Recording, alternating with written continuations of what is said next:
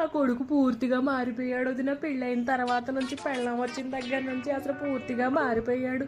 ఇంతకు ముందు చిన్న చక్కెరదే అయ్యా, కొంచెం ఉప్పుదే అయ్యా అంటే అసలు వెళ్ళేవాడే కాదు. వదిన ఈ ఎండన్నా వానన్నా లేకుండా అడిగినా ఎప్పుడు వెళ్ళేవాడు కాదు. ఏదో ఒక సాకు చెప్పేవాడు. ఇప్పుడు పెళ్ళం ఏది అడిగినా సరే ఎండ లేదు వాన లేదు, చటిక్కిన చిటికీలో తీసుకొచ్చేస్తున్నాడు వదిన. అంతేకాదు వదిన, నేనేదన్నా వంటగదిలో ఒక సామాన్ తెచ్చి పెట్టమన్నా ఏనాడు వంటగది వైపు వచ్చినోడే కాదు. అది ఇప్పుడు పెళ్ళానికి అయితే బ్రెడ్లు ఆమ్లెట్లు అన్నీ వేసి పెడుతున్నాడు వదిన. నా కొడుకు అంతా మారిపోయాడు. వదిన, మా అల్లుడు ఎంత మంచోడో తెలుసా. నా కూతురికి ఎటువంటి కష్టం రానివ్వడు. చిన్న వస్తువు తేవాలన్న పక్కనే కొట్టున్నా సరే నా కూతురు గడప కూడా బయట పెట్టనివ్వడు.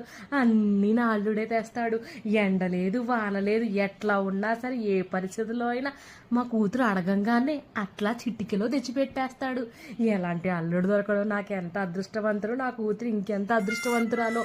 అసలు వంటగదిలో కూడా ఏ పూటైనా దానికి ఏదైనా తినాలనిపించిందంటే చాలు చిటికెలో అన్ని చేసి పెట్టేస్తాడు. బ్రెడ్లు ఆమ్లెట్లు ఎన్నెన్ని చేసి పెడతాడు. ఇలాంటి కాలంలో కూడా అలాంటి అబ్బాయి అల్లుడుగా రావడం అంటే ఎంత అదృష్టం. అలాంటి పిల్లకి మంచి భర్త దొరికినట్టే కదా వదిన. నా కూతురు అల్లుడు అదృష్టవంతులు, బంగారం.